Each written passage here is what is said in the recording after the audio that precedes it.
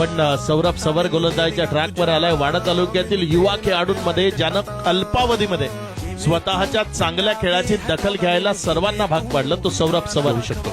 अल्केशला आपण स्ट्रायकिंग एंडला पाहतोय. बॉलिंग ट्रॅकवरनं सौरभ सवर यावेळी गोलंदाजी करण्याकरिता कॅचला संधी आहे.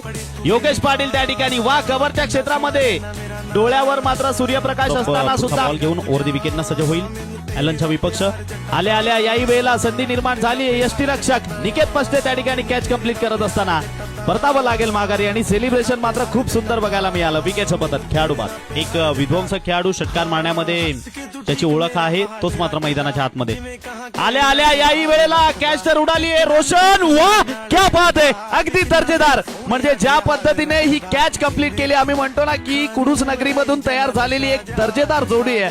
ती जोडी म्हणजे सौरभ सवर आणि रोशन साकर. सौरभला बॉलिंग करताना आपण पाहिलं आणि रोशननं वा काय कॅच कंप्लीट केली आहे. बरंच अंतर कापत आलेले.